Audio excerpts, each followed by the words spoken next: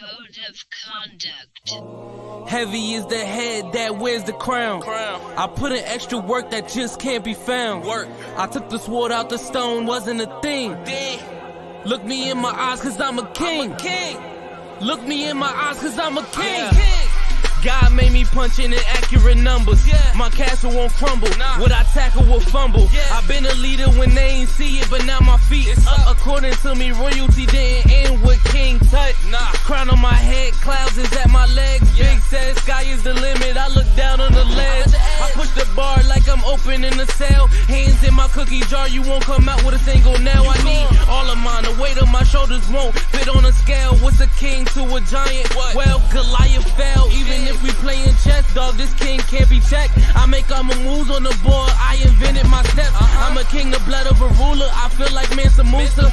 Make your squad disappear like landing by the Bermuda. Triangle, look at it from my angle. I'm a king, the closest thing to being one of God's angels. I'm a king. Heavy is the head that wears the crown. I put in extra work that just can't be found. I took the sword out the stone, wasn't a thing. Look me in my eyes cause I'm a king. Look me in my eyes cause I'm a king. Good morning, good afternoon, good evening, and good night. This is the Code of Conduct with the King podcast. I am your host, Jay Spencer King, and this show is being brought to you on the Buffalo Rumblings Vidcast Network, presented by Picasso Pizza. Treat yourself to the most flavorful pizza on game day. Picasso, we are Buffalo Pizza, shipping local and nationwide. Order online at PicassoPizza.net. I'm gonna tell you, y'all gonna get me messed up with this. I got the Griselda thing in there. I'm having fun now. What's going on, Big O? Man, that opening hits hard, Spence. That thing hits hard. Thank you, man. I got to get energy, and sometimes, well, you know how it is. You've been in radio, and you've been no doubt. You got to get yourself into it, and that song, the intro gets me there. So I appreciate you saying that. It's kind of like back in the day when you played. There's always something to get you going. As soon as the anthem goes, that's kind of like go time, man. That's a trigger. That's the time to go perform and get after it and have some fun. Yeah, well, I'm excited to have you, man. I know, so now you're officially part of Buffalo Rumblings. I know we're going to be doing some rebranding, but you and Sarah Larson, and it was Colt doing the three-man rush. Now we're going to kind of try to switch some things up, and you and Sarah are going to be doing like I don't know what we're going to call it. Do you have a name yet for the show? Well, we might still call it the three-man rush. I don't know. We got different things going on. Sarah and I got to talk. I'm pretty confident that Sarah and I can do this thing ourselves, but I've got a wild card in the mix that we can talk about, and maybe we'll keep the name of the show, maybe we won't. I don't know, but I'm excited about it. I love doing the show with Sarah. She does a great job, and it's been awesome. Blessings I get to be a part of the network. Yeah, well, we're excited to have you. It's so far it's been great, and I know it's only going to get better. And the knowledge that you bring, similarly to what everybody's favorite offensive lineman from back in the day. You know what I mean? Everybody knows who we're talking about here. Yes, the both of you, I think, bring a ton of good information and a ton of knowledge and insight that we just don't typically get. So I appreciate you being with us. And tonight, man, I'm looking forward to the show. So let's get right into it. And look, the Browns game this past Sunday, I have concerns, and I feel like a Debbie Downer for saying that, but I'm just being honest. The way I see it, I feel like there's some concerns. So first, before we get into like the nitty gritty of it, overall, how do you feel about the performance? How do you feel about the Bills coming out of that game and now heading into Thanksgiving matchup? I mean, I said this on Monday. I agree with Josh Allen when he said a win is a win is a win, right? We used to say it all the time. A win is cash money. And they won that football game under what I know it's hard for people to think this is. People think it's easy to do, to just up your roots and go from a home game, hop on a plane, leave your family behind who you don't know if they're getting out of the house or not. What if there's an emergency, right? I got my kids at the house, my wife, you worry about them. There's a lot that went into it. So for the Bills to go on the road like that, on a Friday, make the decision, and or Thursday night, they make the decision and they go to Detroit and beat Cleveland. That's a big deal. And this is the other thing, Spence. They barely practiced on Wednesday. They didn't practice very much Thursday. Friday, they did it virtually. So actual live reps and walking through. Now, that would have killed me. I'm a very visual person. I got to feel it. I need to go out and do those reps. I got to see it. I got to feel it. And if I'm not doing that, I'm staring at a computer screen. I mean, this is a dude with ADD and things like that. Like that doesn't, you know, we're doing good now because we're talking, right? But it's hard. It's hard to do that. So I don't have a problem with it, man. I really don't. I think they did well. Now, you know, I'm sure we are going to break this thing down a little bit deeper. And I'd love to hear what you're concerned about, but I'm happy with the W. I think it was a big deal considering what happened. Well, see, so obviously I'm a dumb fan here. So like I'm no, looking at it you're not a dumb fan. You're not a dumb. Well, say that. Well, I don't mean it really that I'm dumb, but I'm more right. so it's like I look at it from the standpoint of like, okay, these guys practice every week. These guys have been playing football their entire lives. For the most part, you know, we have somewhat of a young roster in certain areas, but we have veterans and we have guys that's been doing this. So I didn't think that the missed practice would really be a lot, you know, and I understand that it snowed and there was uncertainty about where the game would be. But so you're telling me that a missed practice actually it bothers or it can disrupt the flow of the game for the team? Well, let's look at the first 4 drives of the game, Spence. I mean, you're looking at 3 and out, 4. You're looking at 3 and out, 4 plays in 3 drives in a row. Mm-hmm. You know, that's a sign of a team that's not real sure of themselves. I don't think Cleveland was going out there and was inventing football that we had not seen before.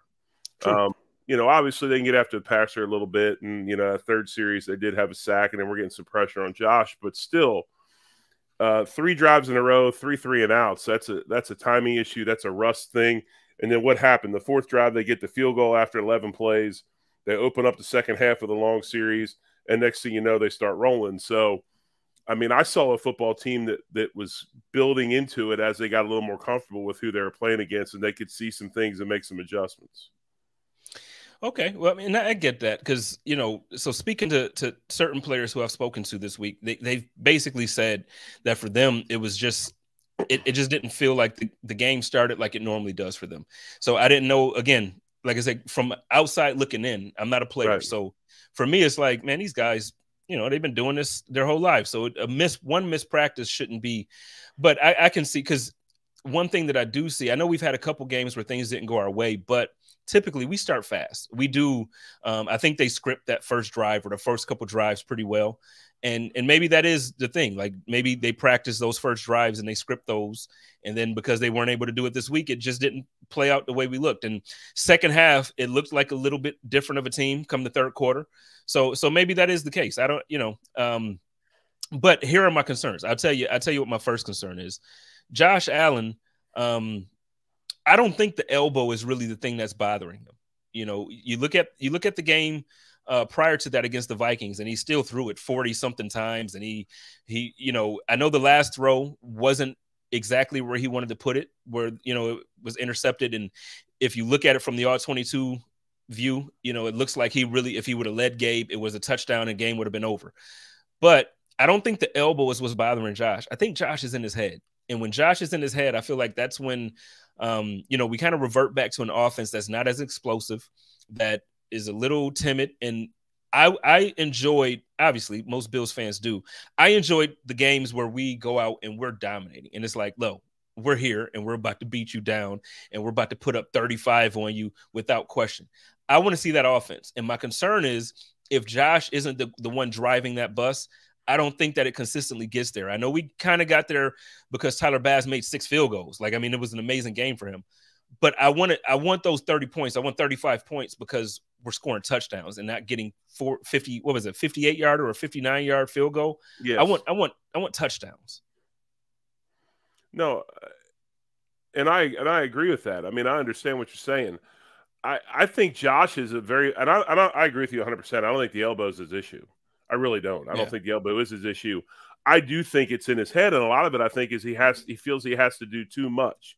And if you look at some of these young quarterbacks nowadays, especially in college football, it's a tempo thing, man. It's got to be tempo. They want tempo. They're up on the ball. They're going.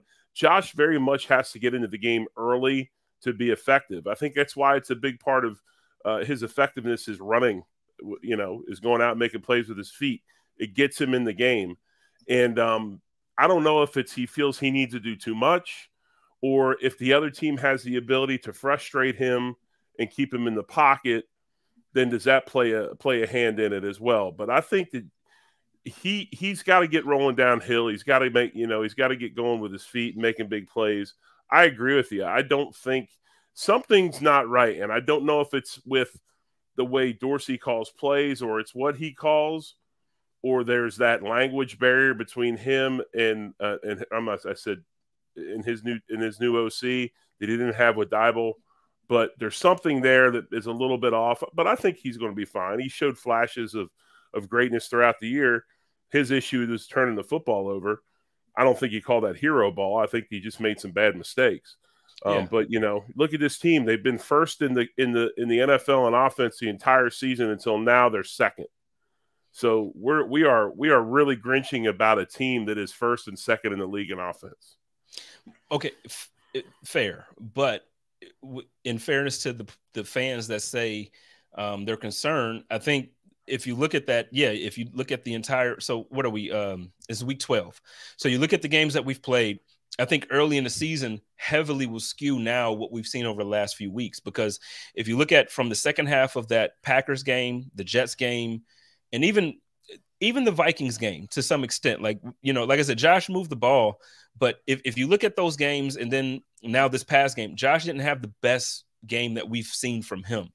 So I don't know. I feel like, yes, you're right. We're second now in the league, but I think that's because week 1, we blew out the Rams. Week 2, we blew out the Titans. And so I think we've had kind of some leeway there. And now even to fall to number 2, we were ahead by so much that the fact that we fell to number 2, I just don't want to see us fall into a bit of a pit to where it might be tough to get back out.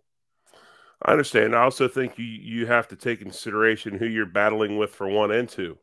It's the most prolific offense in the NFL for the last couple of years in the Kansas City Chiefs. So that's some really good competition. But I think maybe too, Spence, and I want to hear your theories on this because it's something I've kind of noticed.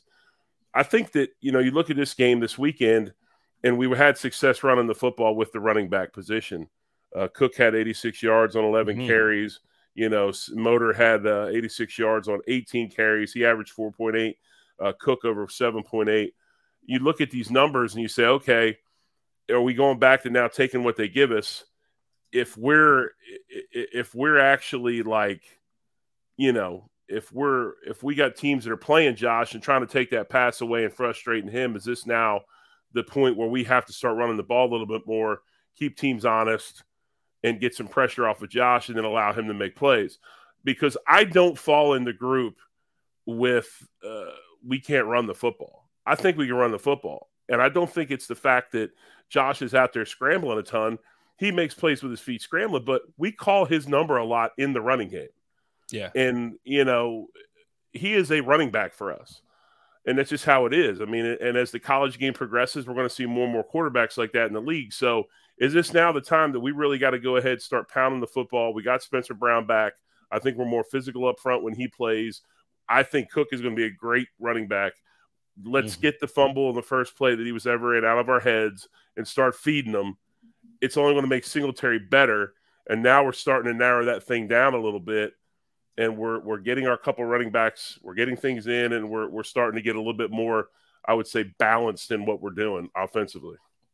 Well, no, I agree with you 100% there. I've been one of the guys that's been saying for the last couple of years, we need a run game. So it takes some of the pressure off of Josh. I understand that, Josh is a weapon in the run game. So you want to keep using him that way.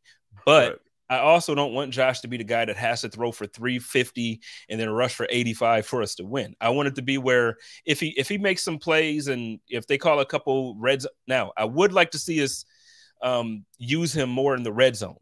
I don't think we've had red zone issues, and I don't think that you can look at the run game or the passing game and say, well, this one works and this one doesn't.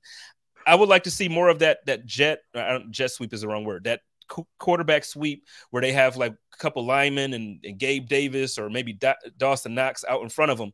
But outside of that, I agree with you. I think the run game this past Sunday, now, I don't know if it's just that the Cleveland Browns just don't have a good defense and they're just not, right. Or if the Bills showed up. I think Devin Singletary has looked good over the last maybe 4 or 5 weeks. He may have had a couple moments where he didn't, but I love Devin Singletary, and I think he's a lot better than most Bills fans and maybe even the team give him credit for. I think the team lately has been giving him the ball, but he's running bigger than he is. He's 5'8", 5'7", yes. 205 pounds. Right. And he's running like he's 30 pounds heavier. And he finishes runs violently, man. Like he's carrying guys 3-4 yards past the initial contact. I love it.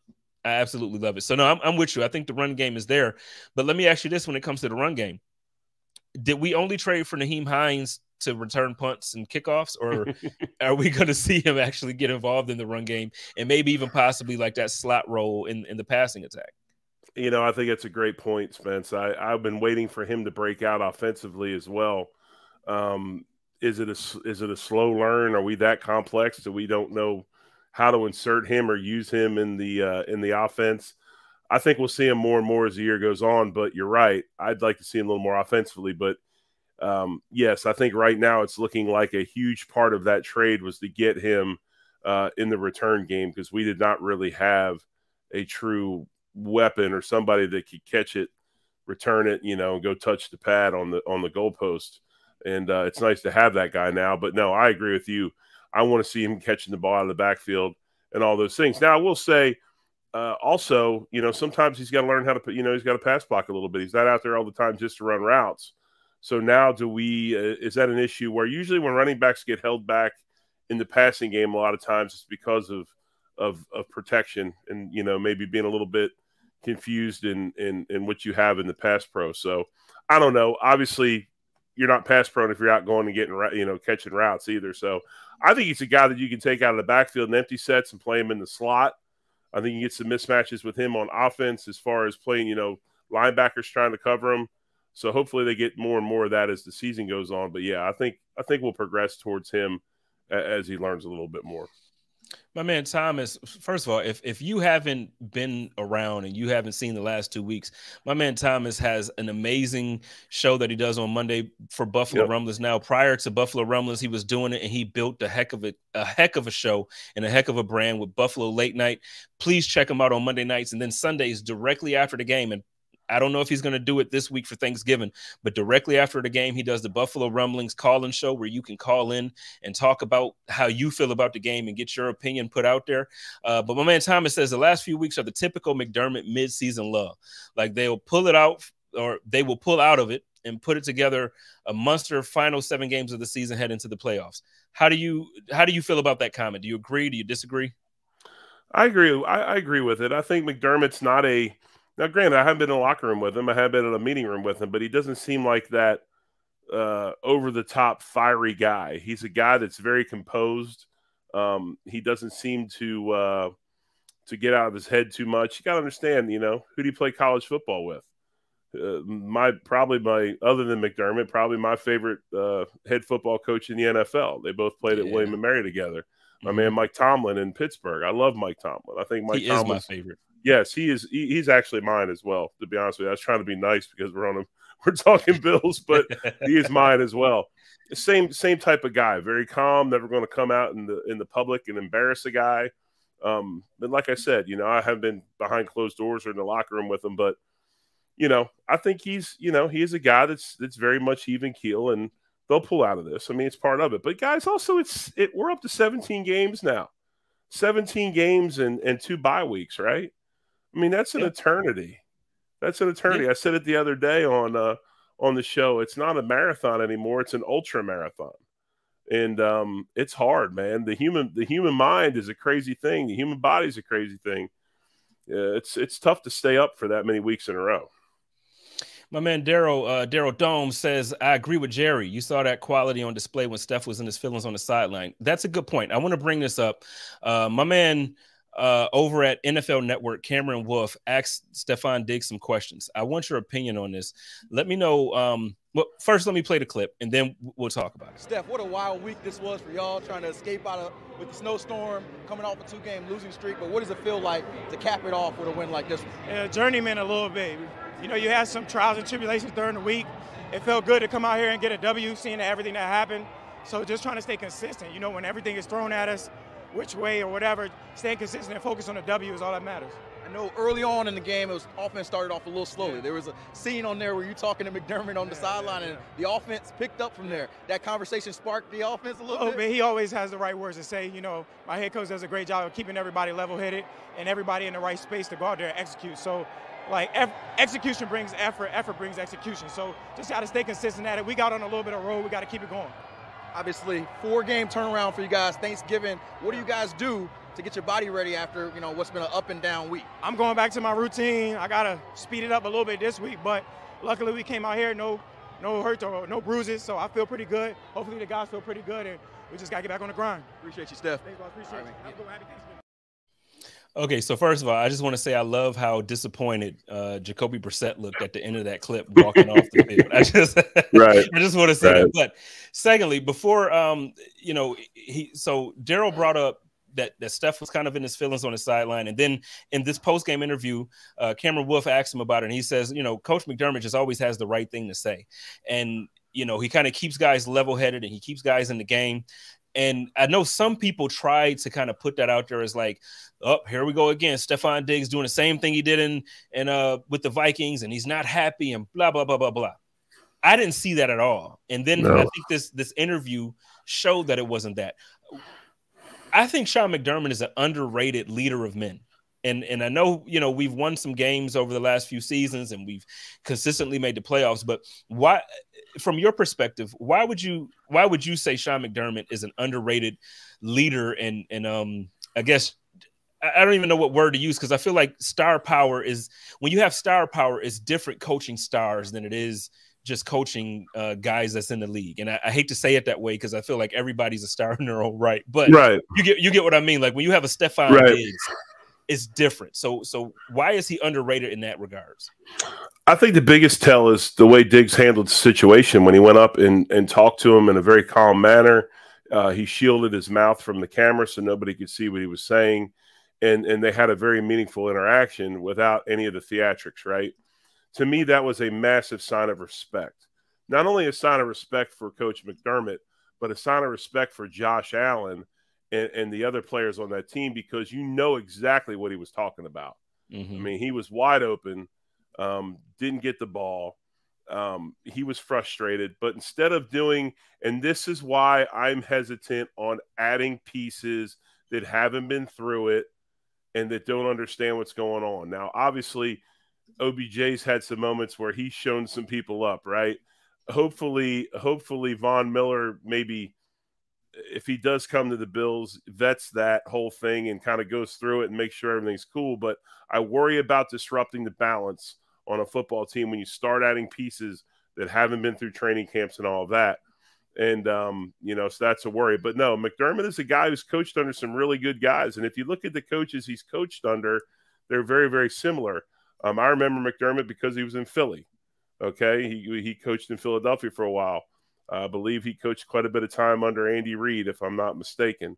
Does Andy Reid do that? Is he a guy that flips out? No, he's not. He's a very even-keeled coach. So, you know, that NFL thing, I said it earlier, it's a big thing about respect.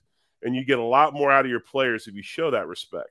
It's amazing. I played for two guys that were the exact same way. One was Marv Levy and the other one was Wade Phillips. Say what you will, but the players love both of them. It's because they treated them like men, and they knew that the players knew what they had to do. They knew the job at hand, and they let you go ahead and do it without hounding you 24/7. And you have that same type of coach in McDermott.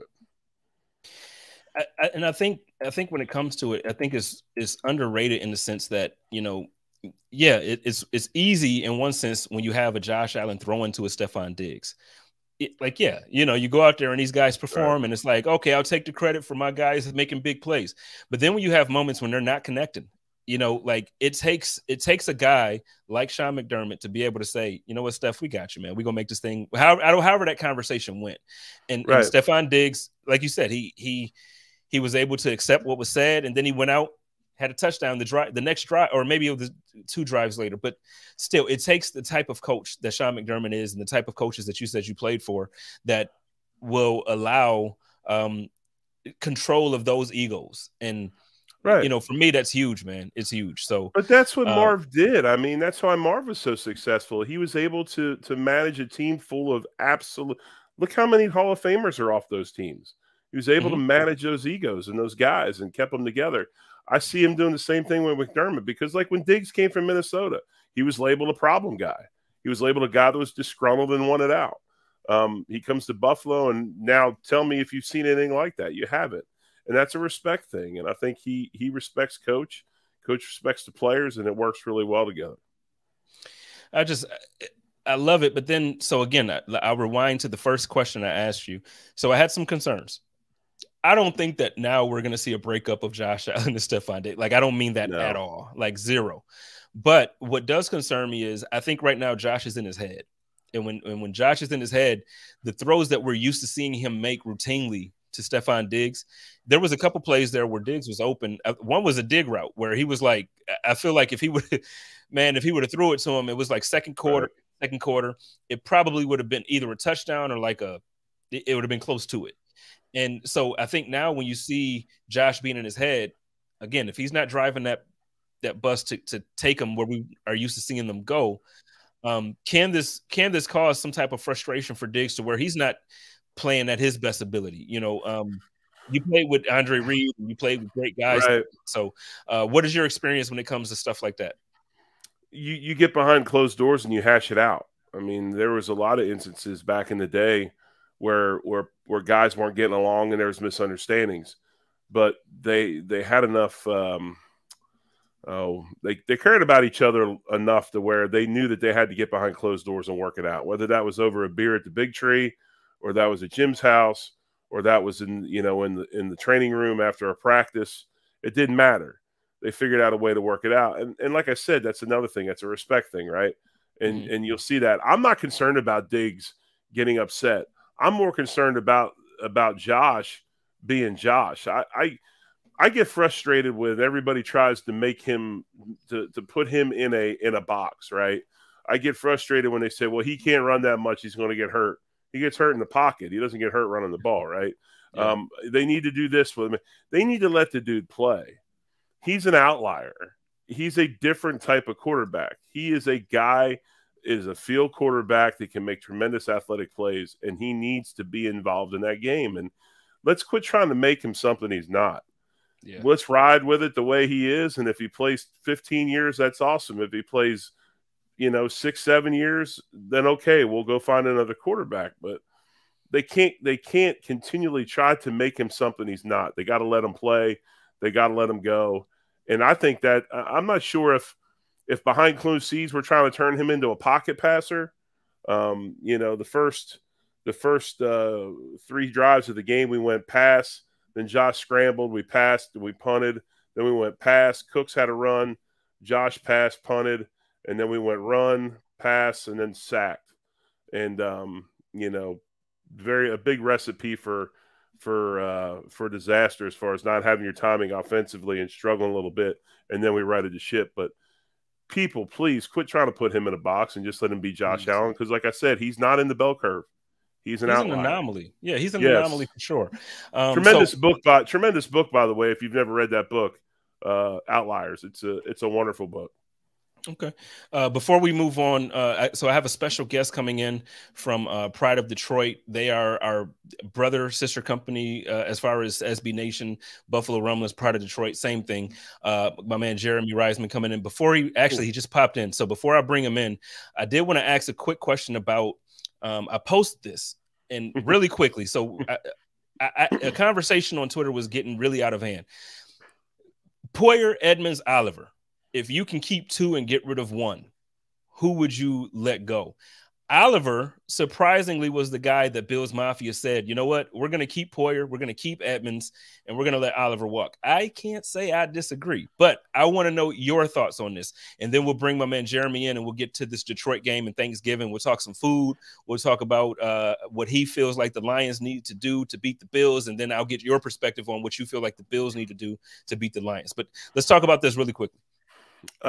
Defensive linemen are like finding leprechauns at the end of a rainbow. You can't find them. You don't get rid of Ed Oliver. He's a young, disruptive D lineman that's going to do wonderful things for you down the road. Edmonds is the heart and soul of your defense. When he's not playing, the inside is weaker as far as against the run. You got to keep a guy like Edmonds. He does so much. He's so physical. I love Poyer. Unfortunately, you're making me choose one, and I'm going to choose the 10-year guy that's only going to get older, that's now seems to be injury prone. And unfortunately, that would be the guy just because of those situations. God, Jerry, I loved you until 30 minutes and 16 seconds. But I agree. But I agreed with what you said this week. I totally co-signed it. Poyer playing. If you can't get behind that guy, seeing what he's doing with one arm, then you shouldn't be playing. I mean, he inspired the entire defense. But when you start looking at financial situations and what you can find and can't find, it's a heck of a lot harder to find an inside dominant pass rusher than a safety in this league. Yeah, no, I'm with you. Especially a 10-year safety. The thing is, so I'll bring Jeremy in. We'll talk a little bit more about that, and then we'll get on to the rest of the game. But before I bring Jeremy in, I do want to make sure everybody knows about my man Buffalo Freddy. He has the best freaking barbecue in Western New York, and if you don't believe me, I challenge you to go check it out. And if it's not the best brisket you've had, I promise you, I'll personally Zelle you the refund. But that's not even it. That's not even it. It's cold in Buffalo right now, but we still party better than any city, any town in America. So what do you need for your party to get it popping? Call my man up. He has tents. He has chairs. He has tables. Not for you to jump through, Buffalo, but he got tables. Next spring, next summer, hit him up for the bounce houses and anything else you need. He got the water slides. He got all that fancy stuff with the foam. He got T-shirt guns that can pop everything off. Call my man Buffalo Freddy at 7164-FREDDY. That's 716-437-3339. Hit my man up.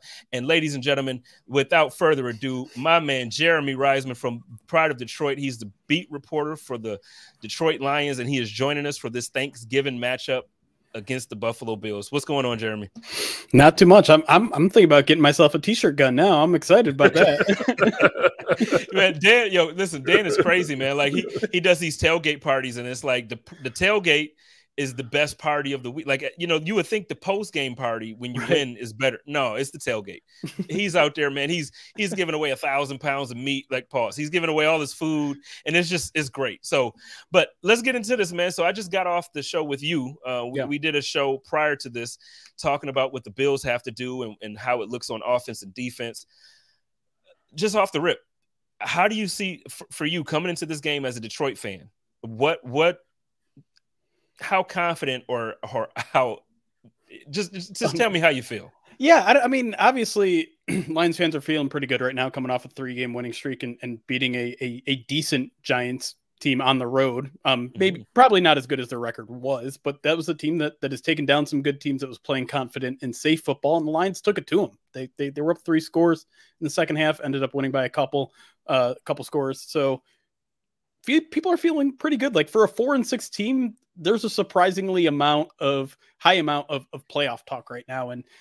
And while that it's pretty far-fetched, there are some things that the Lions are doing well right now. They've been a good offensive team really all season. I think they have as many 30-point games as the Bills do this year.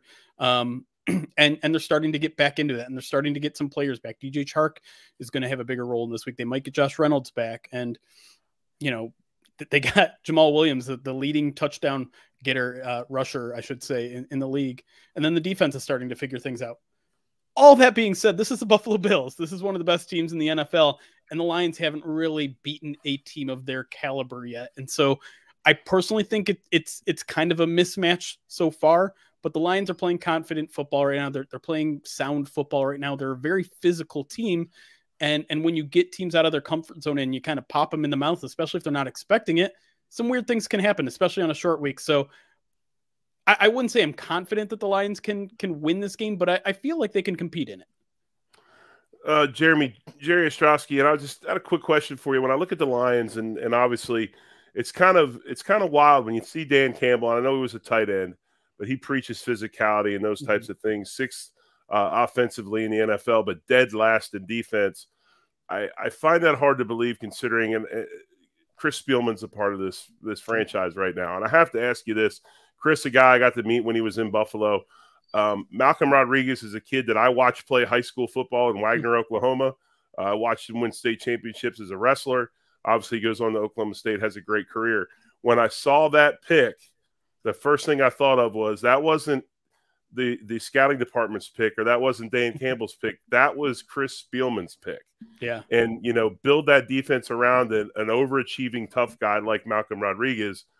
Do you have, you got Hutchinson there. Do you have the pieces now to continue to get better on defense under Aaron Glenn? Because I find it difficult to believe that you'll be poor defensively with Spielman involved in the franchise. Yeah, that's certainly the hope. And this is one of the youngest defenses you'll find in the NFL. I think they're second in rookie defensive snaps this year.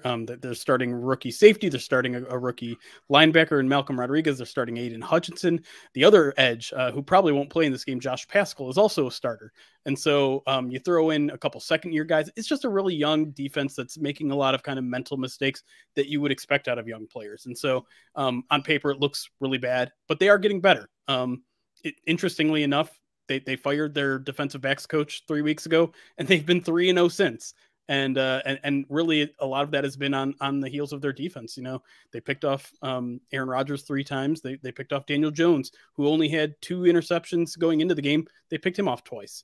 And so they're starting to get the turnovers. That's really what's kind of been at the forefront of this defensive turnaround the past 3 weeks. I think they have 7 turnovers in the past 3 games. And so, yeah, they are starting to catch on. And I think Aaron Glenn was a guy who was obviously coming under a lot of fire because they weren't much better in his first year last year. But now they're starting to turn the corner a little bit, and now they kind of have some of those cornerstone players like Aiden Hutchinson, like Malcolm Rodriguez, like their safety Kirby Joseph won Defensive Player of the Week a couple weeks ago. So they kind of have those cornerstones at each level of the defense. Now it's all about kind of bringing it all together, getting all of those players the experience that they need. Like that's another thing is they might not be playing that well right now, but they're getting valuable experience, right, so that next year it's not as much of a mental overload as it is this year. Right. Let me ask you this, because earlier, like I said, we talked on your show, and one of the things that kind of stood out to me was like the strength versus what you appear and what now Lions fans will probably appear to feel like is a weakness. So you got some injuries on your offensive line, and I think even with the possibility of AJ Epinesa not playing, or the possibility of Greg Rousseau not playing, I still think obviously Von Miller, I think Daquan Jones, I think Tim Settle, I think they bring a type of energy that if you guys are going to be playing backups, or you mentioned earlier, like it'll be his first game potentially playing, I think it could be a rough day for you guys. What do you think about the matchup of the defensive line of the Bills versus the offensive line of the Lions? Yeah, I'll start with the good on the Lions, and that's the offensive tackles. I think Taylor Decker is maybe one of the most underrated left tackles in the league. He's one of the best pass protectors in the leagues. So in terms of run defense, but he hasn't given up a pressure in 2 straight weeks. And then you got Penei Sewell, who's just kind of a beast. Arguably the best right tackle in football. He's a mauler in the run game. They like to run him around too. They had him lined up at wide receiver last week for a wide receiver bubble. Didn't end up working. He ended up getting a block in the back on the play, but that just goes to show like how they're building their offense around a right tackle. Like that's literally what they're doing because he's such a weapon. The problem is in the interior this week because Frank Ragnow, again, maybe a top 5 player at his position. He's been battling a toe injury all season. He's been playing through it and playing well, and he'll play this week almost certainly. But the guards are where the problem is because they're essentially running on guard 5 and 6 because their starters have been long gone. Halapuli Vaitai was put on IR at the beginning of the season, never played a game. Jonah Jackson this week is dealing with a concussion, so he won't play. He's a guy who was a Pro Bowler last year, so that's a big loss. Then you got your backup, Tommy Kramer. He's been on IR the entire season. And then Evan Brown suffered an ankle injury last week. So literally your top 4 guards are out of this game, and that leaves you with basically Dan Skipper, a guy who had played offensive tackle his entire career. They moved him to guard this year. A mauler guy. He comes with like an incredible, and that's really across the board. All these guys are maulers. They're run defenders at pure heart. They like to take the attack to the defense. So he's okay at that. Not a great pass protector. And the same thing goes for Logan Stenberg, a guy they drafted a few years back. And again, he played at Kentucky. They were a very run-heavy offense. That's where his mindset is. PFF has him at a 0.7 PF pass blocking grade. And I know a lot of people have their complaints about PFF grades. That's accurate. He's been a turnstile as a pass blocker. It's been kind of disastrous. And so they've benched him a couple times, which is why they might move to the guy that I mentioned has never started an NFL game before. His name is Kayode Iwosika. I can't tell you a lot about the guy because I just haven't seen that much out of him. He wasn't even with the team in training camp, so I didn't even get to see him then. So if he's starting, I don't know what to expect. But all I know is like the mindset of all these guys is run first. And so I think that's probably going to be heavily the game plan is they know these guys can run block. So let's try to run the football. Is this a situation and kind of building upon what I talked about earlier, it's between the Ford family not really having the resources or wanting to use the resources to go out and get a ton of free agents. And you know, this team is building around the draft and young guys, and that's why you bring a Dan Campbell in. You're going to preach toughness, togetherness, and try to build this team on guys that maybe you're making fifth-year options on contracts, or you know, you're trying to bring in some younger guys. Because it just kind of makes sense, because when you look at a team of you know, if you're going to get a ton of free agents, being overly physical in practice, those types of things, you're not really going to lure them in. So it doesn't shock me that running the football and being physical up front is their MO, because it seems to me that's kind of how the franchise is rolling. Yeah, no question. And yeah, they've been kind of limited in their cap situations. The last regime didn't leave a lot of good contracts on the book. They're paying a lot of guys that aren't even here, big contracts. So they definitely went light in back-to-back free agencies under their new general manager, Brad Holmes. I think a lot of it is they're handing out 1-year deals to kind of feel each other out, almost like feel the free agent out, like, hey, is this the kind of environment you want to be in long term? We'll give you a year to figure it out. And for the Lions to also figure out, hey, are you the kind of guy that we want around long term? And are you maybe worth more than what you're getting on the free agent market? It worked with a guy like Charles Harris, who had been kind of a bust through the first 3 years of his career, had a really good 2021 season. Unfortunately, he's dealing with injuries this year and hasn't been able to do it. Khalif Raymond is another guy. He's the third or fourth receiver, but played really well when injuries hit last year, and so they brought him back. Josh Reynolds is another. So I think the first 2 years they've just really had such an extreme focus on the culture to make sure that was not an issue going forward, so that when they start adding guys that maybe aren't perfect fits with the culture that might, you know, rock the boat a little bit, they have a foundation where people can kind of set them straight. And so that's where I think they are right now in terms of roster building, is like, okay, we got the culture set now this year. We're starting to get some of those wins so that people are actually believing that the culture can lead to wins. And then moving forward, I think maybe you'll see them be a little more aggressive in free agency. You'll see them being a little bit more unconventional and not just getting Dan Campbell guys beat, you know, kneecap biters, that whole thing. I think they're going to venture out a little bit of that next year. Let me ask you this about the game again. So you got some guys coming back from injury on the offense, some receivers that will potentially play a big role in anything offensively you guys are going to do. Obviously, I know the run game is the run game. You know, you got Swift, you got Williams back there. Williams is playing big time this year. He's actually, when you're not playing against the Bills, he's one of my favorite players. And I actually have receipts, man. I can show. Matter of fact, when we get done, I'm gonna send them to you on Twitter in the DM. I said in the season, like, yo, Williams is gonna have one of the best years out of any running back, and he's proven me right. I look smart because of him. I'm not, but outside of the run game, you got some receivers coming back. Yeah, we got some injuries, and Trey White still isn't back. You know, I think Kyer Elam's going to play. Jordan Poyer is going to play, but you know, Micah Hyde's out for the year. Tremaine Edmonds, I don't think he's going to play. It looks like he hasn't practiced both days this week. No, he has a groin in the heel injury. I think he's out.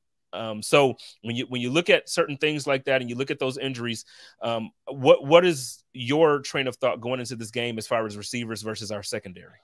Well, I mean, first the passing game starts and really finishes with Amon-Ra St. Brown. The guy is just kind of a beast. He can attack you at all levels of the field, especially the middle of the field. And if you're missing, maybe you're one of your best cover linebackers, maybe that's where you attack. And he's just so good at everything, and they use him in so many different ways. A lot of times they'll just use him as a pass blocker or run blocker because he's so tenacious. You want to talk about a Dan Campbell guy, that guy is him through and through. They'll throw him in the backfield. They'll give him some carries. They'll use him as eye candy on end arounds and things like that. So he's really kind of the guy that they center the passing attack around. But DJ Chark is back after last week, and he's their deep threat. And the Lions really haven't unleashed that part of their offense this year, really at all. Even earlier in the year when the passing game was moving and they were scoring 30 in back-to-back weeks, that was one thing that they hadn't really connected on yet. And it was something that we did see in training camp. Him and Goff really seemed to actually have something going. And then Chark has the ankle injury in week 3 and basically hasn't been back since. So maybe that's something that they recapture in this game, or at least try to recapture. He took one deep shot to DJ Chark last week against the Giants, but in a windy environment, it wasn't a very good pass and it was almost picked off. So that's something they might try to get back to. And then Josh Reynolds has kind of really been the key that's unlocked Goff. They obviously go back to their Rams days, back when they were both in LA. The Lions picked him up off waivers last year, and it really was kind of the start of a turnaround. They have very good chemistry.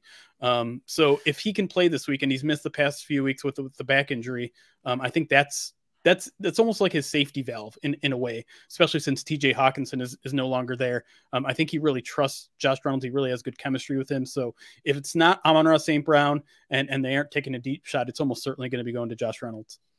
Jerry, let me ask you this as a follow-up to that question to Jeremy.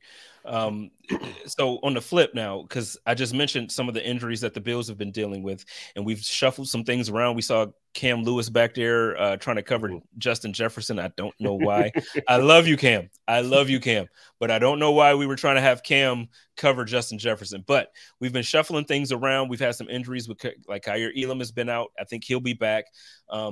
On the flip side now, how confident are you about the Bills going into this game against Detroit's weapons? What am I going to do first? I'm always going to look at your front lines. I'm going to look in the trenches. I'm going to see what it's about. And if Jeremy's not lying to me, they're pretty banged up front.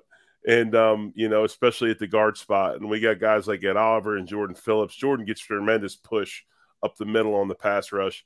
I think our biggest thing is we're going to have to get to the passer. We're going to have to get home. We're going to have to get to Goff. I think historically when he's off his spot, he's not comfortable. And he would much rather be more of a Tom Brady type quarterback than a Josh Allen type quarterback. So that's where this game to me is going to make the biggest difference. Can we get up for our front seven? Can we get consistent pressure against a weaker offensive line? That's when I say weaker because of injury. Those guys are going to have to play a tremendous game. They're all going to have to go get turkey legs after the game to win this game, right? It's going to be one of those deals where they're all sitting over there talking together on the mic. So that's where I look at it. Our pass rush against their offensive line. Okay. And so, Jeremy, I have a question for you in the comments from Sarah Larson, co-host of the 3-Man Rush Show. She asked you, why in the world would your team trade Hockenson away? And that's a question that, Richard Rush is like, I wondered the same doggone thing. Yeah. What happened with that, man? Why? It's an interesting question. And I think part of it is they weren't willing to spend the money on him. The tight end market has kind of exploded as of recently. I want to say David Njoku got something like $13 million or something a year. Yeah. And so, the Lions were expecting him to essentially be asking for something like that. And he was going to be entering his 5th year option next year for 9-point-something million, I think is the estimate on that. So I guess they just didn't think he was necessarily worth that. And because they are kind of that run identity kind of team, he really isn't the run blocker that he was billed at as Iowa. He hasn't been the two-way player that I think they were expecting him to grow into. He's been more of a receiver, and even that he's been a little bit inconsistent. And so we'll see how it works out in Minnesota. It's kind of been up and down so far, I think, with him. But he isn't a guy that gets a lot of separation. He isn't a guy that blocks particularly well. And so I don't think the Lions were willing to spend, 14, 15 million a year on a guy like that. And so instead you essentially, you don't even pick up a draft pick. They basically swap 2 for 2, but they upgraded 2 draft picks. And with this team trying to build for the future, I think that might actually turn out to be the savvy move, even though it looks weird for a team that's trying to build through talented youth to trade away a talented 25-year-old tight end. But I think it was a cost-effective move, essentially. See, there's a lot of people in the comments that's talking about how Knox got that. Remember, I mentioned to you how Knox got paid, and he's not giving us the type. If Knox could give us Hockenson production, you wouldn't hear me complain about anything. Jerry, what is your opinion on the tight end? And then I feel like you had another question or follow up. So after we talk about the tight ends, then you can kind of go ahead with what you had. Well, tight end wise, I was going to say, I mean, if you're a tight end that likes to catch the ball and not block, I mean, really, are you playing for the worst head coach you could possibly play for? I mean, you know, Dan Campbell was a guy that he was a mauler. He was an overachiever guy that played a lot of years in the NFL, was a great player. You better be able to block if you're going to play for him at that spot. But no, I look at tight end production, and I think a lot of tight end production, especially in Buffalo, has to do with how the offense is called. I'm not necessarily sure that Knox is the second, third. You know, sometimes I think he might be the fourth choice. I know he's got a lot of grief as far as production, but also you're looking at a different guy that's calling plays and a different guy that's drawing up the offense as well. So until we go in meeting rooms and see about philosophy, I'm not quite sure that maybe his production has something to do more with how the theory of the offense is being called in Buffalo as opposed to him himself. You know, as far as that goes. But no, what I was going to say earlier is if, you know, kind of flipping the script, you look at a Buffalo Bills team that's been number one offensively in the NFL for a while. Now they're second, and you're playing the 32nd ranked defense in the league. Now, granted, weird things happen in Detroit on Thanksgiving.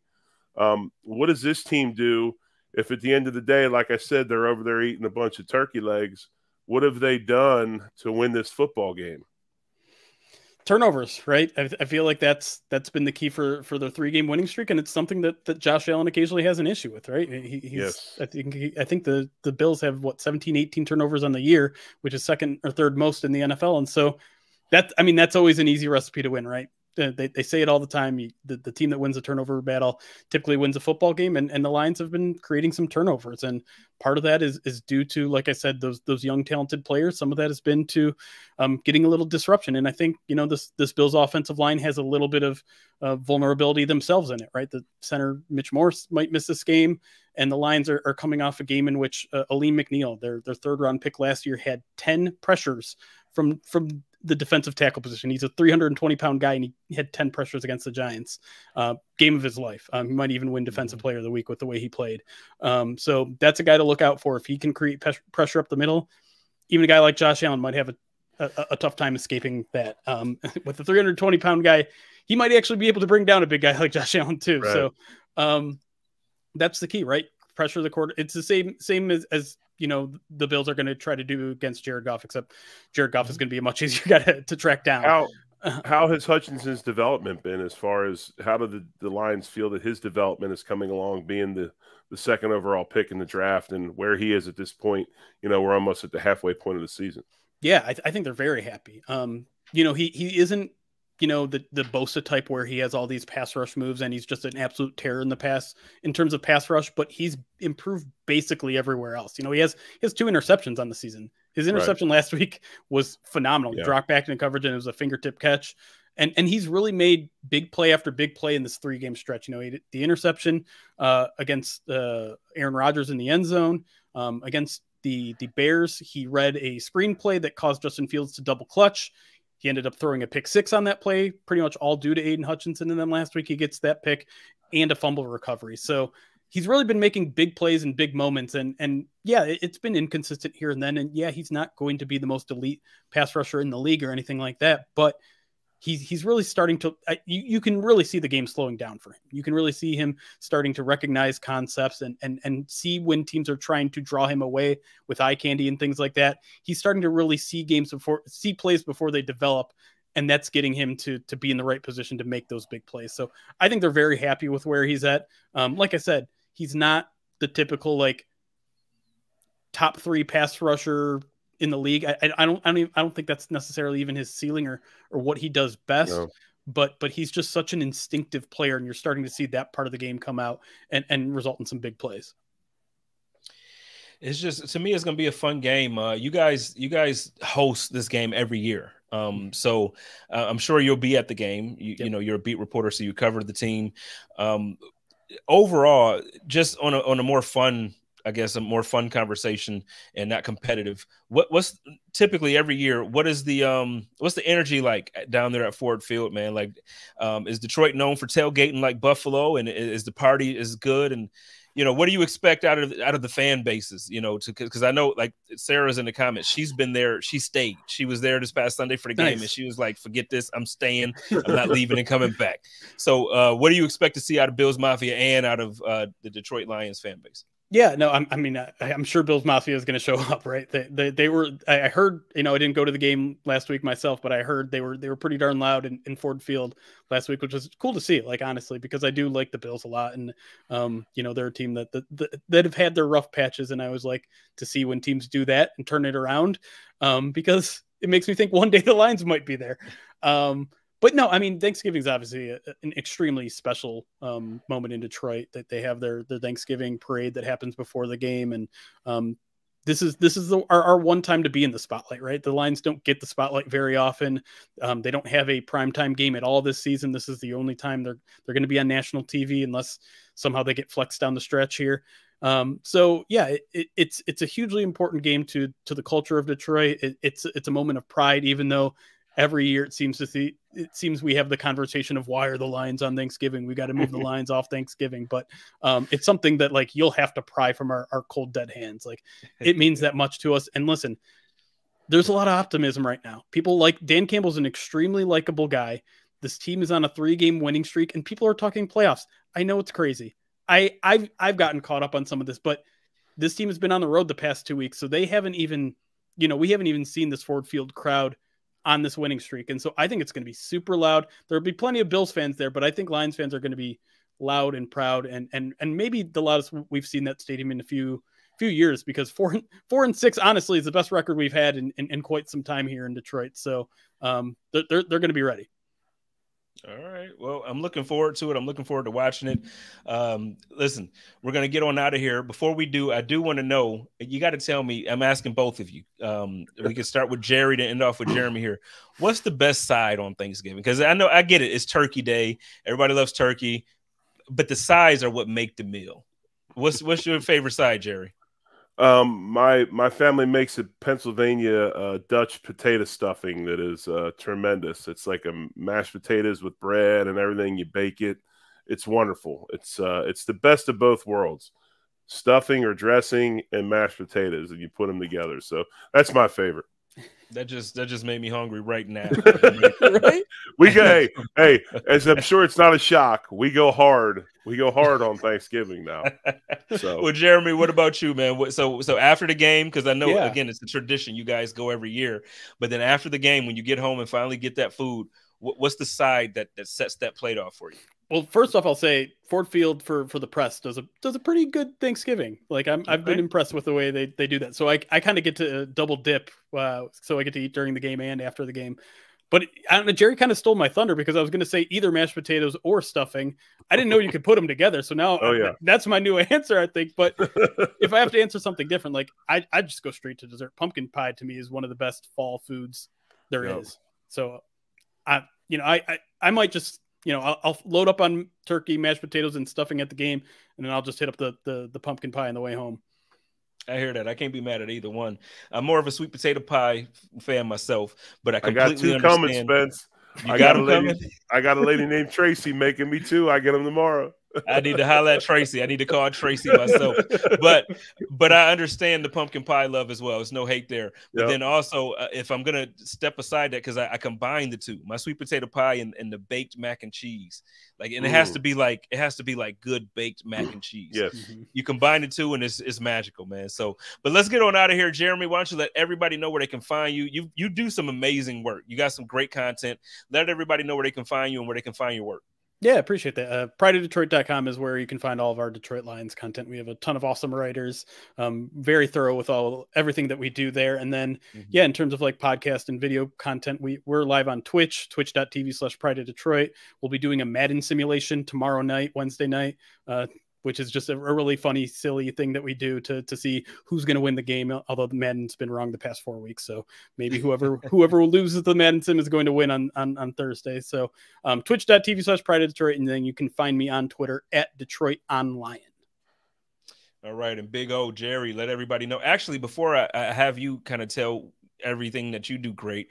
Tomorrow night for the Hump Day Hotline, yes, Big O, so Big Jerry here and Sarah Larson will be joining myself and my man Joe Miller. We're going to do a crossover show. So instead of it being the 1 hour, you might get an hour and a half. You might get 2 hours. It just depends on how we feel. I might have to grab some Crown and just go through the whole thing. But we're going to have some fun. Jerry, let everybody know where they can find you, what you got coming up aside from tomorrow night, and let's get on to it. You can find me at Ostrowski_Big O. That's my Twitter page. And then also we have a three-man rush Twitter as well. Sarah Larson and I on live on Thursday nights. We are on live at 9 o'clock Eastern, 8 o'clock Central. And right now it's Sarah and I. We're in a little bit of a transition, but same great college football content, a little bit of Bills sprinkled in. And I am big time excited about tomorrow night. That should be a good one. And I'm a little bit ahead of you on the Crown scene, so I'll be back with a vengeance. Okay, well we'll see how it goes tomorrow, because I'm gonna be right there with you. But look, ladies and gentlemen, I appreciate y'all joining me and my guests tonight for the Code of Conduct. Please join me tomorrow for the Hump Day Hotline with my man, The Voice, Joe Miller. And y'all know how I do it over here with the Buffalo Rumblings Vidcast Network. Y'all take care of each other, love each other, and live in peace. And as always, stay positive, test negative. Go Bills. Code of Conduct.